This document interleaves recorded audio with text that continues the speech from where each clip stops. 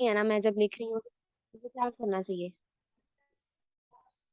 जी बेटे, मुझे श्योर था कि आप ये क्वेश्चन ही पूछेंगी कि मैं जो अपना जाती नावल लिख रही हूँ तो उसमें किस तरह से जो है वो आप नावल को राइट करें। क्योंकि अगर आप पाकिस्तानी जो है वो कल्चर दिखाएंगी तो ऑफ कोर्स उसे जो है वो रीड करने वाले जो है वो पाकिस्तानी जो है वो उसे अच्छे से रीड करेंगे। जो अदर कंट्रीज वाले हैं उनके जहन में अच्छे से इमेज जो है वो नहीं बनेगा।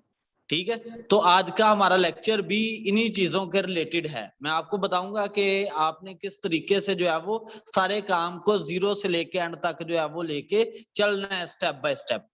इसके अलावा कोई क्वेश्चन है तो वो पूछिए।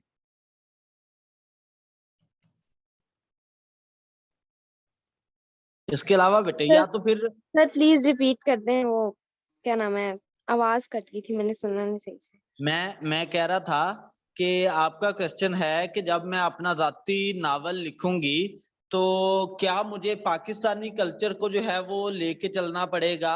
तो इसमें बच्चे आप देखें कि आप जो अपना नावल है वो किस सोसाइटी के लिए जो है वो लिखने जा रही हैं।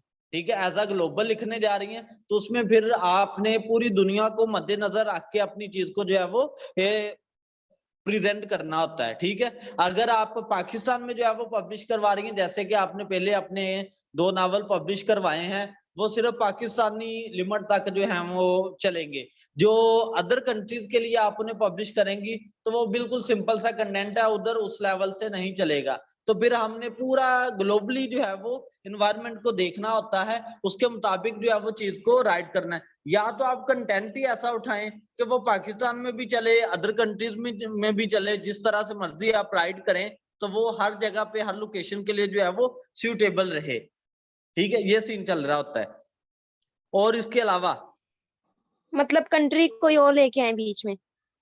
बेटे कंट्री जो है वो अगर आप लोकेशन की बात कर रही है ना तो पाकिस्तानी भी लोकेशन लिखेंगी तो कोई मसला नहीं है, लेकिन उसमें करेक्टर जो है वो आप पाकिस्तानी ऐड नहीं करें। आप कॉमन अपने जो है वो सिंपल करेक्टर यूज करें जो कि नेम ऐसे इस्तेमाल करते जाएं। ठीक है, जो अदर कंट्रीज में भी यूज हो रहे हो और पाकिस्तान में भी यूज हो रहे हो, ऐसे नेम जो है वो आप इस्तेमाल करें। डिपेंड जो है वो करेक्टर कर रहा होता है कि आपने करेक्टर जो है वो किस तरह का यूज कर रहे हैं। करेक्टर ऐसा इस्तेमाल करें जो रीडर के जहन में जो है वो जा लगे। सही है जी, इस तरह से अपने करेक्टर्स को जो है वो आपने राइट करना होता है। फिर मैटर नहीं करेगा आपके बैकएंड जो आप लोकेशन यूज कर रही हैं या अदर चीजें यूज कर रही हैं, फिर मसला नहीं आएगा। आप अपने करेक्टर को जो है वो यूज करें अच्छे से बस। ठीक है जी, और कोई क्वेश्चन इसके अलावा? हाँ जी बच्चे, किसी और का कोई क्वेश्चन हो?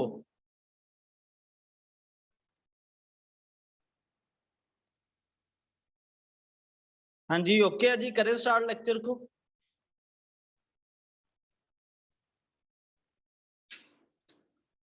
चलें जी बेटे, आज का हमारा जो है वो लेक्चर नंबर 14 है। लेक्चर नंबर 14 है क्या जी? Basic guideline to follow while planning your book. और ये बुक प्लानिंग का थर्ड पार्ट है और ये फाइनल पार्ट है आज का। इसके बाद क्रिएशन की तरफ हम बढ़ेंगे। अभी तक जो है वो हमारी कंप्लीट प्लानिंग चल रही है, हमने चीज राइट नहीं की। ठीक है, प्लान किस तरीके से करना है, किन किन स्टेप्स में से गुजर के जो है वो आप काम स्टार्ट करेंगे, यही चीजें जो है वो हम देख रहे हैं प्रीवियस 2 डेज से। आज जो है वो हमने गाइडलाइंस जो है वो देखनी है कि बुक को प्लान करते वक्त किन किन चीजों को जो है वो आपको सामने रखना पड़ता है, जो कि रिजा बेटे आपका क्वेश्चन था। वही चीज आज मैं आपको बताने जा रहा हूं जो अभी आपका क्वेश्चन था। अब बेसिक गाइडलाइंस में मैंने जो है वो 9 स्टेप्स जो है वो राइट करवा रखे हैं। ठीक है, तो इन 9 स्टेप्स में से गुजर के आप जो है वो अपना सारा काम इन्हीं चीजों को आप जहन में बिठा के देन अपना नावल जो है वो राइट करना स्टार्ट करेंगे। ठीक है, इन चीजों के बगैर जो है वो आपका नावल स्टार्ट नहीं हो सकता। ये चीजें सब जो है वो जरूरी हैं। जब इन चीजों का आपको पता होगा फिर नावल राइट करने में, किसी भी किस्म की कोई बुक राइट करने में आपको प्रॉब्लम नहीं आएगी। तो पहला स्टेप हमारा क्या है जी? Brainstorm things to write about. ठीक है, फर्स्ट पॉइंट। उसके बाद सेकंड पॉइंट है जी, figure out the length of your novel. उसके बाद है जी, decide on your global genre. Then ये आपका जो बात है, ठीक है, जो आपने पूछी थी। उसके बाद है जी, schedule your writing time. decide on the tool to use, plan the time and place to write, organize your writing prompts, write your character studies, then last पे है जी create public accountability। अब जो है वो हम इन सब टॉपिक्स की जो है वो डिटेल देखते हैं। फर्स्ट पे आ रहा है जी brainstorm things to write about. जब भी बेटे आप किसी भी टॉपिक पे लिखना शुरू करते हैं तो बहुत सारे पॉइंट्स, बहुत सारे आइडियाज, बहुत सारी चीजें जो है वो आपके माइंड में आती हैं। फॉर एग्जांपल आप जरा बुक से हटके मैं आपको कोई भी एग्जांपल देता हूं, ठीक है, ताकि आपको हल्का सा ये क्लियर हो पॉइंट ब्रेनस्टॉर्मिंग का क्या होता है। ब्रेनस्टॉर्मिंग मतलब किसी भी टॉपिक के मुतालिक आपको पता है, जिसके मुतालिक आप लिखना चाहते हैं, उसके रिलेटेड आपको जो है वो डिफरेंट टाइप के आइडियाज आएंगे। अब उन्हीं आइडियाज में से आप कोई भी चीज, फॉर एग्जांपल आप कोई स्केच ड्रा करना चाहते हैं, या मैं कहता हूं कि अगर मैं अपना जो है वो घर का स्केच जो है वो बनाना चाहता हूँ, एक घर तमीर करना चाहता हूँ, तो मैं उसका स्केच जो है वो डिफरेंट पैटर्न से जो है वो ड्रा करूंगा। ठीक है, वो कब ड्रा करूंगा? मैं सारे करेक्टर्स को, मेरे घर के जो अफराद हैं वो एक तरह से मेरे सारे करेक्टर्स हैं, मैं उन सारे करेक्टर्स को सामने रख के उसके मुताबिक जो है वो सारा नक्शा तैयार करूंगा। ठीक है जी, तो जो नक्शा सबसे परफेक्ट निकलेगा उसे जो है वो मैं एक्सेप्ट करके तो अपना काम करना स्टार्ट कर दूंगा। ठीक है, फिजिकल फॉर्म में उसे लेके आऊंगा। पहला ये स्टेप जो है वो अपने माइंड के अंदर ही सारे कामों को जो है वो तश्कील देना होता है। ठीक है जी, ब्रेनस्टॉर्मिंग के अंदर ये सीन आता है। फॉर एग्जांपल मैं जो है वो एक टॉपिक सिलेक्ट करता हूं, जैसे कि प्रीवियस लेक्चर्स में भी मैंने एग्जांपल दी है कि मैं लिखना चाहता हूं एक इश्क के मौजू के ऊपर। ठीक है, अब मैंने इश्क के मौजू के ऊपर किस तरीके से लिखना स्टार्ट करना है, और आप लोगों को भी यही राय है कि जो भी टाइटल, जिस टाइटल के ऊपर आप लिखना चाहते हैं उसे जो है वो पहले एक लाइन के अंदर जो है वो कलम बंद करें, यानी कि आपकी पूरी बुक जो है वो एक लाइन के अंदर स्टोर हो। जैसे मैं कहता हूं इश्क जो है वो एक पावर का नाम है, एक ताकत का नाम है। ठीक है जी, तो ये एक लाइन के अंदर पूरी की पूरी बुक जो है वो मेरी स्टोर हो गई है। अब आगे मैं बढ़ूंगा स्टेप बाय स्टेप, किस तरीके से कि इश्क जो है वो किस तरीके से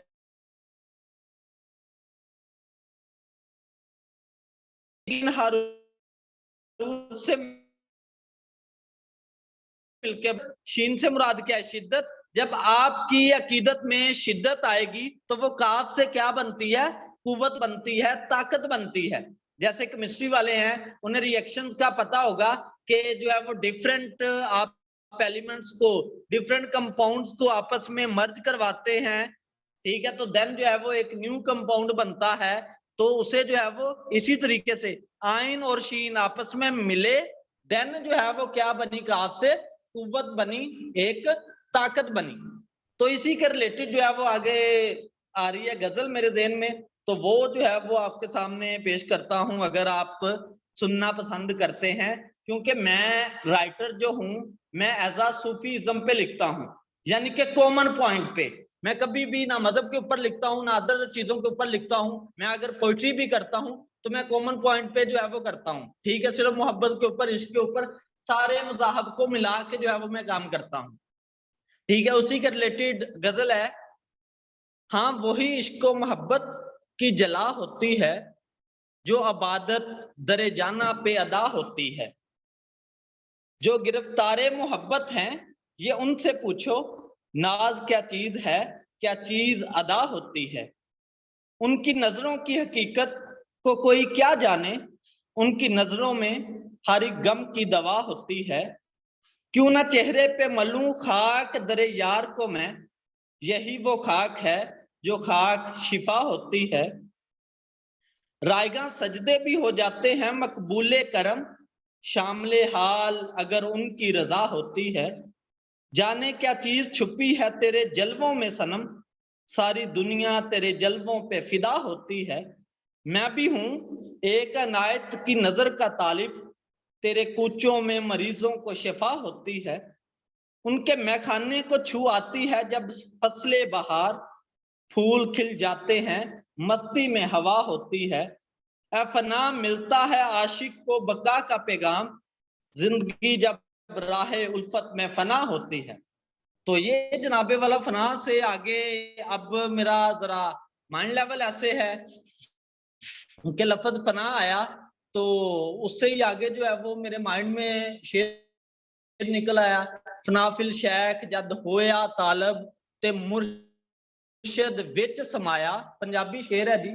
फनाफिल शेख जद होया तालब ते मुर्शद विच समाया, ला इलादी दे के बहारी इल्लती के अंदर एक छोटी चीज है, दो जहान एक अलग चीज है, ठीक है। तो इसी के अंदर पूरा राज है। तो ऐसे ही आप अपने काम को नेक्स्ट जब आप अपने आप में गुम होते हैं ना, ठीक है, तो ऑटोमेटिकली सारे राज जो है वो खुलते जाते हैं। हर इंसान के अंदर बेशुमार जो है, हम अल्लाह की सिफात में से हैं, हमारे अंदर अल्लाह की सिफतें हैं, तो हम अल्लाह की सिफात में से हैं, तो ऑटोमेटिकली हमारे अंदर खूबियां मौजूद हैं। आप सिर्फ अपनी उस खूबी को जो है वो पहचानें। जब आप अपनी उस खूबी को पहचानेंगे तो ऑटोमेटिकली सारे रास्ते खुलते जाएंगे, ठीक है। जरा ट्रैक चेंज ना हो, हम अपने पॉइंट की तरफ जो है वो बढ़ते हैं, नहीं तो लेक्चर लंबा हो जाएगा। तो ब्रेनस्टॉर्म इसी तरीके से आपके माइंड में जो है वो डिफरेंट टाइप का डाटा आता जाता है, जिसे आप सिलेक्ट करते हैं। नहीं तो ये जो जिस लाइन पे मैं चलने लगा था, तो ये इंतहाई जो है वो आपको पुरसकून नींद आनी थी आज की रात, लेकिन मैं थोड़ा सा जो है वो कंट्रोल करता हूं ताकि हमारा लेक्चर जो है वो ज्यादा लेंथी ना हो। उसके बाद है जी हमारा ये पता चल गया जी ब्रेनस्टॉर्म का, यानी कि डिफरेंट टाइप का डाटा जो है वो आपके जहन में आता जाता है, और आप स्टार्ट में ही उन सारे पॉइंट्स को लिखते जाएं, ठीक है। क्योंकि लिखते क्यों जाएं? क्योंकि वो बाद में जब आप असल माइंड के लेवल पे आते हैं, दुनियादारी में गुम होते हैं, तो वो सारी चीजें जो है वो माइंड से निकल जाती हैं, भूल जाती हैं। इसलिए जो है वो आप अपने पॉइंट्स को साथ साथ लिखते जाया करें, ठीक है। ये ब्रेनस्टॉर्म है, ओके है जी। ये फर्स्ट पॉइंट। नेक्स्ट पॉइंट है जी figure out the length of your novel, यानी कि आप स्टार्ट में अपने नावल को जो है वो, ये मैंने कल वाले लेक्चर के अंदर भी मुझे याद है कि मैंने बात बताई थी कि आप अपने अल्फाज को स्टार्ट में जो है वो देख लें कि आप कितने अल्फाज का जो है वो नावल लिखना चाहते हैं, तो अपने वर्ड जो है वो स्टार्ट में ही डिसाइड कर लें। अगर आप ऐसा नहीं करते तो आप कंप्लीट नहीं कर पाएंगे। ये कल भी प्लानिंग, कल वाले पोर्शन में भी ये प्लानिंग का मैंने आपको काम बताया था। कल वाले में और आज वाले में डिफरेंस क्या है, वो ये है कि जो नावल डिफरेंट कैटेगरी के नावल हैं, तो उनमें कितने कितने वर्ड्स का एक अच्छा नावल जो है वो बनता है, वो मैंने वर्ड जो है वो अपनी तरफ से जो है वो आपको मेंशन किए हैं। तो ये देखें जी, कमर्शियल एंड लिटरेरी नावल जो है उनके अमूमन जो वर्ड्स यूज होते हैं एक अच्छे नावल के लिए, वो 80,000 टू 1 लाख के बिटवीन होते हैं, ठीक है जी। उसके बाद साइंस फिक्शन एंड फैंटेसी के मुतालिक जाएं तो वो है जी 1 लाख से 1,15,000, ठीक है। यंग अडल्ट की तरफ जाए तो वो 55,000 से 70,000। आप अपनी मर्जी से राइड कर सकते हैं। ये मैंने जो आपको आइडिया दिया है, ये प्रोफेशनल लेवल का काम बताया है कि जो प्रोफेशनल लोग हैं वो किस तरीके से किस कैटेगरी के नावल को कितने अल्फाज में लिखना पसंद करते हैं, मैंने वो आपको बात बताई है। अदरवाइज मैंने आपको बोला था कि आप स्टार्ट में शॉर्ट स्टोरी से 5 to 10,000 तक जो है वो काम चला सकते हैं, ठीक है जी। उसके बाद रोमांस में 80,000 टू 1 लाख है, मिस्ट्री में 75,000 टू 1 लाख, थ्रिलर में 90,000 टू 1 लाख, मेमोयर में आप 80,000 टू 90,000 तक राइड करवा सकते हैं, और वेस्टर्न में 45,000 टू 75,000, ठीक है। ये ओनली जो है वो आपको गाइडलाइन प्रोवाइड की जा रही है, फिक्स पॉइंट नहीं है, इसलिए लकीर के फकीर नहीं बनना। आपको सिर्फ गाइड किया जा रहा है कि ये काम आप इस तरीके से जो है वो कर सकते हैं, ठीक है जी। उसके बाद नेक्स्ट पॉइंट है जी सर हमारा मेमोइर के बारे में थोड़ा सा बता दें। जी दोबारा मतलब ये ये क्या होता है, या इसके बारे में थोड़ी सी बता मैं दें, आपको ब्रीफ बता कर दें देता हूँ। थोड़ा। मेमोयर के मुतल्लिक होता है कि जो नावल आप अपनी जाती जात के ऊपर जो है वो लिखना चाहते हैं, जैसे कि वो एक मूवी आई थी MS धोनी के रिलेटेड, और मैं हूँ शाहिद अफरीदी, इस तरीके से क्या है अपनी जात के मुतल्लिक। अब अपनी जात के मुतल्लिक आपको खुद पता है, जो आपके जहनों में यादें हैं, अच्छी हैं बुरी हैं, जितनी भी हैं, उनको आप मिला के एक बुक जो है वो क्रिएट करना चाहते हैं, ठीक है। वो सारी की सारी मेमोयर कैटेगरी की होती हैं, ठीक है जी। एक याददाश्त बेस जो है वो अपने जाती तौर पे आप अपने मुतल्लिक कोई नावल लिखना चाहते हैं या किसी भी करैक्टर के मुतल्लिक जिसके साथ आप अटैच रहे, अपनी वालदा के मुतल्लिक, वालिद साहब के मुतल्लिक, कोई भी आपकी फेवरेट पर्सनैलिटी है, वो सारी की सारी जो है वो मेमोयर कैटेगरी में आएंगी। बात क्लियर हुई जी? Yes sir. ओके हो गया। बाकियों का कोई भी क्वेश्चन बेटे, ये आपको बातें क्लियर होंगी जब आप क्वेश्चंस करेंगे मेरे साथ, मुझे फिर काम करवाने का मजा आता है, अदरवाइज मैं भी स्पीडो बन के भागता जाता हूँ फिर। नेक्स्ट पॉइंट नंबर 3 है जी हमारा, decide on your global genre. अब decide on your global genre में क्या है कि जब आप कोई भी स्टोरी लिखना चाहते हैं तो स्टोरी को डिफरेंट आइडियाज आपके जहन में होंगे, अच्छे हैं बुरे हैं, ठीक है, अच्छे अपने आइडियाज को, अच्छे ख्यालात को एक साइड पे जो है वो रखें और एक कंप्लीट जो है वो बुक आप बना सकते हैं। उसके बाद जो आपके बैड सीन्स गुजरे हैं लाइफ के, ठीक है, उनको आप इकट्ठा करें तो भी आप एक जो है वो बुक बना सकते हैं। लेकिन अगर हम उसी बुक को एज अ इंटरनेशनल लेवल पे, ग्लोबल लेवल पे जो है वो यूज करना चाहें तो वो उस तरह से यूज नहीं हो सकती, ठीक है। फिर हमें जो है वो इंटरनेशनल मार्केट के लिहाज से उसमें मिर्च मसाला डालना पड़ेगा, चाहे आपकी जाती जो है वो स्टोरी है, आपकी जात के मुतल्लिक ही है। जैसे MS धोनी का मैंने आपको बताया, उसकी स्टोरी लिखी गई और मैं हूं शाहिद अफरीदी मूवी बनी है, तो उसमें बहुत सारी चीजें ऐसी होती हैं जो आथर जो है वो अपनी तरफ से इजाफी मिर्च मसाला लगाता है रीडर को अपनी तरफ अट्रैक्ट करने के लिए, और ये हर एक के अंदर जो है वो सीन चलता है बुक के अंदर, नावल के अंदर, और यही तो एक राइटर की खूबी होती है, ठीक है जी। तो आपने जो भी नावल लिखना है तो आप सिचुएशन को जरूर देखा करें कि आप जो नावल पब्लिश करवाने जा रहे हैं वो आपने किस लेवल पे पब्लिश करना है, ठीक है।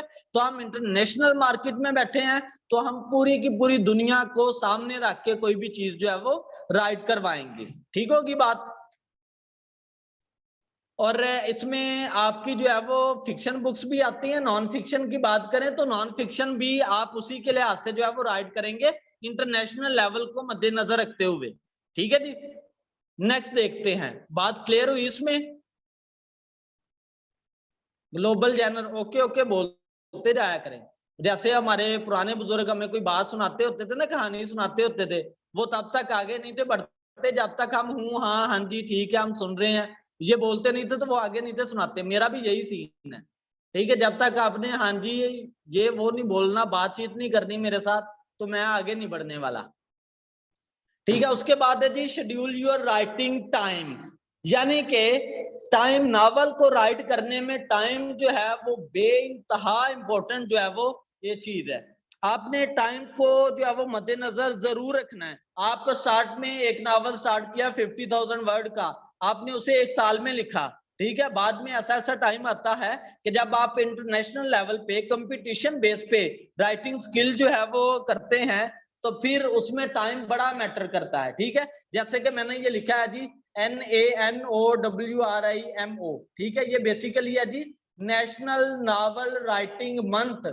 इसमें क्या होता है कि एक कंपटीशन होता है जिसमें आपको 30 डेज के अंदर, यानी कि 30 दिन के अंदर जो है वो नावल क्रिएट करके उनके सामने जो है वो दिखाना होता है, ठीक है। तो जिसने जितना अच्छा लिखा होगा वो जो है वो उस कंपटीशन को विन करता है। इसलिए आप अपने टाइम को जो है वो इंतहाई इंपॉर्टेंट चीज है, ठीक है। अपने टाइम को जो है वो जरूर देख के चलें कि आहिस्ता आहिस्ता काम को, स्पीड को आगे से आगे बढ़ाएं, ठीक है जी।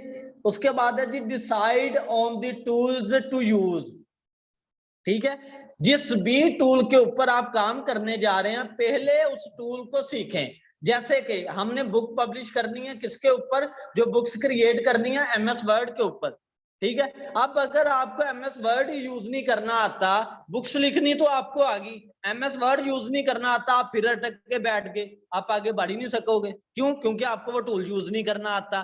तो ये इंपॉर्टेंट चीजें हैं, ठीक है। अगर आप रजिस्टर पेन से लिखना चाहते हैं, जैसे भी लिखना चाहते हैं, किसी भी टूल को यूज करके लिखना चाहते हैं, तो पहले आप उस टूल को A to Z जो है वो सीखें, उसके बाद जो है वो नेक्स्ट वाली चीजें आएंगी। बात क्लियर हुई जी इधर तक? उसके बाद है जी आपका plan the time and place to write. ये थोड़ा सा टच जो है वो मैंने कल भी आपको बताया था कि plan the time and place to write. एक तो आप अपना मुकर्रा जो है वो वक्त तय करें, ठीक है। ऑटोमेटिकली जब आपको पता होगा कि मैंने इस टाइम जो है वो बैठ के लिखना है, तो आपका जहन उसके मुताबिक जो है वो वर्क करना शुरू करेगा। अगर आप डिफरेंट टाइम जो है वो सिलेक्ट करेंगे तो आप एक लफ्ज भी जो है वो राइट नहीं करवा पाएंगे, ठीक है। उसके बाद जो है वो राइट करने के लिए बकायदा एक लोकेशन, यानी कि एक जगह पे मखसूस जगह जो है वो मुकर्रर करें इस काम के लिए, उसके अलावा किसी और जगह पे ना बैठें, ठीक है। उस जगह पे बैठ के आप करेंगे तो ऑटोमेटिकली आपका जहन जो है वो वर्क करेगा और आपके जहन में जो है वो स्टोरी खुद ब खुद जो है वो क्रिएट होती जाएगी। आप रजिस्टर पेन जो है वो लेके बैठे, ठीक है, मुकर्रा सीट के ऊपर। एक दिन आपके जहन में कुछ नहीं आएगा, 2 घंटे टाइम रखें, सोचें, किसी भी टॉपिक को सामने रखें और उसके मुतालिक खुद से सोचना शुरू कर दें, ठीक है। एक दिन कुछ नहीं आएगा, थोड़ा बहुत जहन में आएगा, डिफरेंट आइडियाज चलेंगे, उसके बाद दूसरे दिन भी आइडियाज चलेंगे, तीसरे दिन ऑटोमेटिकली वो स्टोरी की शेप इख्तियार करके खुद ब खुद जो है वो कलम में लिखना शुरू कर देता है। तो जब ऑथर की प्रैक्टिस हो जाती है ना, तो वो फिर ऑटोमेटिकली कलम जो है वो खुद ब खुद लिखती है। कलम जो है, मैं कहता हूँ कलम बोलती है, तो ऑटोमेटिकली वो बोलेगी, फिर लिखते जाएं जी। इस तरीके से ही चलता है। और जितने भी प्रोफेशनल ऑथर हो गुजरे हैं, कोई भी ऐसा नहीं है कि जिसने जनाबे वाला माइंड को हाजिर नाजर रख के जो है वो कोई भी चीज लिखी हो। अगर हम माइंड को हाजिर नाजर रख के जो है कोई भी चीज लिखेंगे तो हम तख्लीक नहीं कर सकेंगे, हम न्यू चीज इन्वेंट नहीं कर सकेंगे, ठीक है जी। तो वो पहले सारे का सारा काम लिखते हैं, जैसे कि अल्लामा साहब ने जो है वो शिकवा जवाब शिकवा लिखा, ठीक है। तो शिकवा और जवाब शिकवा एक दूसरे के इनवर्सली प्रोपोर्शनल है। आज तक जो है वो उलमा कराम को, मुल्ला को इस बात की समझ नहीं लगी, ठीक है। तो मैं इस टॉपिक के ऊपर, ये मजहब की बात आ जाती है तो मैं इसके ऊपर जो है वो बात नहीं करूंगा, ठीक है जी। इस तरीके से उन्होंने जो है वो पॉइंट किसी और के हवाले से लिखा था, लेकिन उसमें फंसे गए, ठीक है। बाद में जब जवाब शिकवा लिखा तो फिर जो है वो क्लैरिटी हुई, ठीक है जी। तो ये इस तरीके से चीजें जो है वो लिखी जाती हैं। नेक्स्ट है जी, ऑर्गेनाइज योर राइटिंग प्रॉम्प्ट्स, ठीक है। अब जैसे कि मैंने पहले आपको बताया था, ये मेरे ख्याल से लंदन में होता है, मेरे ख्याल से, कंफर्म नहीं है, ठीक है, कि ये नेशनल नॉवल राइटिंग मंथ जो है, ये एक तरह की ऑर्गेनाइजेशन है जिसमें आप उनके सामने, आपको वो कोई भी टॉपिक दे देते हैं अपनी तरफ से, ठीक है। आपको उसके ऊपर जो है वो लिखना पड़ता है। अगर आपकी प्रैक्टिस होगी तो ऑटोमेटिकली, फॉर एग्जांपल, जो सामने ऑडियंस बैठी है उस ऑडियंस का किसी भी टेबल को मेंशन कर दें कि वो फलां वाला टेबल है, उसमें क्या सीन चल रहा है, उसके मुतालिक जो है वो हमें इंटरेस्टिंग स्टोरी लिख के दिखाएं, तो आपको लिखनी पड़ेगी, ठीक है। तो ये एक पैटर्न होता है। जब आपकी प्रैक्टिस होगी तो ऑटोमेटिकली जो है वो आप किसी भी मौजू पे, किसी भी टॉपिक पे लिखना जो है वो शुरू कर सकते हैं। क्लियर हुआ जी? इधर तक क्लियर है जी? उसके बाद नेक्स्ट पॉइंट की तरफ बढ़ते हैं जी। नेक्स्ट पॉइंट है जी, राइट योर कैरेक्टर स्टडी। आप अपने कैरेक्टर्स को जो है वो मस्ट राइट किया करें, मस्ट जो है वो देखा करें हर एक कैरेक्टर को।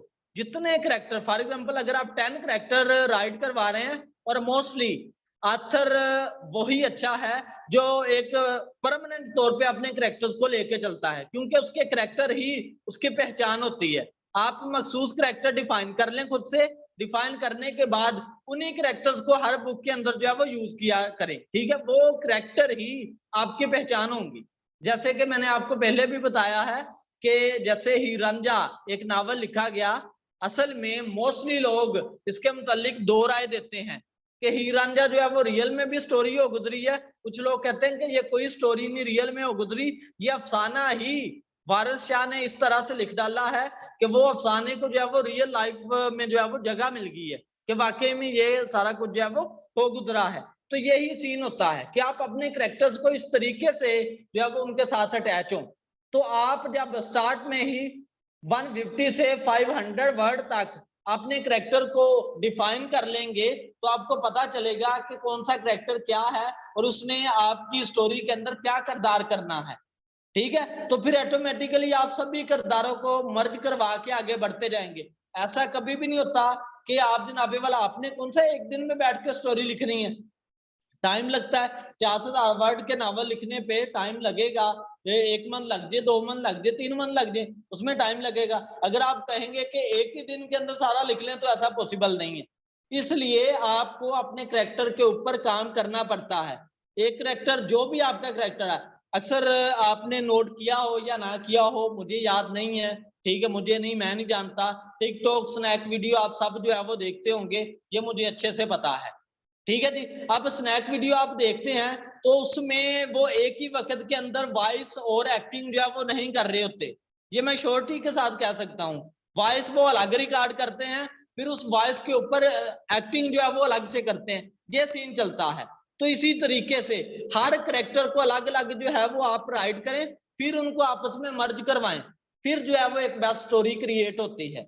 अगर आप एक ही वक्त के अंदर जो है वो 10 कैरेक्टर्स को आपस में जो है वो अटैच करवाएंगे तो आप स्टोरी लिख नहीं पाएंगे। सही है जी, ये स्टार्टिंग पॉइंट आप बता रहा हूं। ओके हो गया जी, कैरेक्टर स्टडी का पता चला जी, क्लियर है जी कैरेक्टर स्टडी, ठीक हो गया। अब जो है वो नेक्स्ट चलते हैं, लास्ट पॉइंट है जी हमारा आज का। वो पॉइंट क्या है जी, क्रिएट पब्लिक अकाउंटेबिलिटी। अब क्रिएट पब्लिक अकाउंटेबिलिटी से मुराद क्या है कि आप अपने काम में अपनी ऑडियंस को बी अटैच करें, ठीक है। आपने एक एपिसोड लिखा, एक चीज लिखी, उसको जो है वो पिंटरेस्ट पे, सोशल मीडिया पे, अदर प्लेटफॉर्म पे जो है वो पब्लिश करवाएं, ठीक है। पब्लिश करवाएं, जब आप उनकी पिक्चर जो है वो शेयर कर देंगे, फाइल शेयर कर देंगे, या रिटर्न फॉर्म का टेक्स्ट जो है वो आप शेयर कर देंगे, तो उसमें जो है वो लोग उसे रीड करेंगे। तो वो मस्ट, अगर किसी भी प्लेटफॉर्म पे डिफरेंट ग्रुप्स है ना, के डीपी के रिलेटेड भी, या अदर किसी भी थ्रिलर के रिलेटेड, या कोई भी आप किसी भी कैटेगरी में काम करना चाहते हैं, तो उसके ग्रुप, उसके पेजेस जो है वो बने हुए आपको मिल जाएंगे सोशल मीडिया प्लेटफॉर्म पे, ठीक है। तो आप अपने काम को उधर जो है वो पब्लिश करवाएं। पब्लिश करवाने के बाद अगर 5000 भी उधर लोग हैं, उनमें से कोई 10 बंदे तो नीचे कमेंट करेंगे ना, तो उनके कमेंट से आपको पता चल जाएगा कि आपके काम में जो है वो कितनी जान है, कितना स्ट्रॉन्ग है। तो फिर वो जिस तरह से राय देंगे, जो जो वो आपको कमेंट करेंगे, तो उन कमेंट्स के मुताबिक जो है वो अपने काम को बेहतर करने की कोशिश करें। तो यही सीन जो है वो क्रिएट पब्लिक अकाउंटेबिलिटी के अंदर जो है वो चलेगा कि आप अपने जो ऑडियंस है, जो आपके रीडर्स हैं, उनको जो भी है आप लेके चलेंगे, तो ऑटोमेटिकली आप एक अच्छी स्टोरी, अच्छा कंटेंट जो है वो राइट करवा सकेंगे। तो इधर तक कोई मसला मसाइल है तो आप लोग मुझसे बिला झिझक जो है वो पूछ सकते हैं। अदरवाइज हमारा जो प्लानिंग का पोर्शन था वो आज हुआ कंप्लीट। कल इंशाल्लाह क्रिएशन की तरफ जो है वो बढ़ेंगे, तो वो भी थोड़े से लेक्चर में भी आप लोगों के लिए बोरियत वाले हो जाए, मेरे लिए तो बड़े मजे के हैं, ठीक है। तो जरा साथ दे के ओवरव्यू ऑफ बुक क्रिएशन में, उसके बाद क्योंकि क्रिएशन भी मैंने कंटेंट राइटिंग के लिहाज से ही सिखानी है, जैसे मैंने ये पोर्शन प्लानिंग का सिखाया, ऐसे ही मैंने क्रिएशन का सिखाना है। Overview of book creation, 7 step book creation process, proof reading and editing process है, editing and proof reading techniques है। ये जो 2 पॉइंट्स हैं, ये तो आपके पब्लिक डोमेन के लिहाज से भी, या अदर बुक्स जो भी आप नेट से भी उठाएंगे, उनमें भी ये आपके जो है वो इंपॉर्टेंट रोल पेश करते हैं। और ये जो टेक्निक है, ये कम अज कम पर मंथ अगर फाइवर पे आप काम करते हैं, ये $1000 के राउंड अबाउट पर मंथ की जो है वो इसकी सेल है, इस वाले की, ठीक है। इसलिए जो है वो आपने प्रूफ रीडिंग को इंतहाई तवज्जो से, इंतहाई अच्छे से जो है वो सीखना है, ठीक है जी। और किसी किस्म का कोई क्वेश्चन है तो आप लोग मुझसे पूछ सकते हैं। ओके जी, अगर क्लियर हो गया तो फिर हम जो है वो एंड करते हैं। अगर कोई क्वेश्चन है तो आप मुझसे जो है वो पूछ सकते हैं। और ये भी टेंशन नहीं लेनी, इंशाल्लाह मैं आपको बहुत सारे 5 से 10 मेथड जो है वो हाई कंटेंट बुक को क्रिएट करने के सिखाऊंगा। इसलिए आपने किसी किस्म की कोई टेंशन नहीं लेनी कि भाई हमें तो बुक जो है वो फिर नहीं लिखना आ रही, बुक तो बनाना तो आ नहीं रही। इंशाल्लाह A to Z जो है वो आपको हिफ्ज करवाऊंगा, वो भी काम। ओके, एंड करें फिर क्लास बेटे। चले बच्चे, जज़ाकल्लाह जी।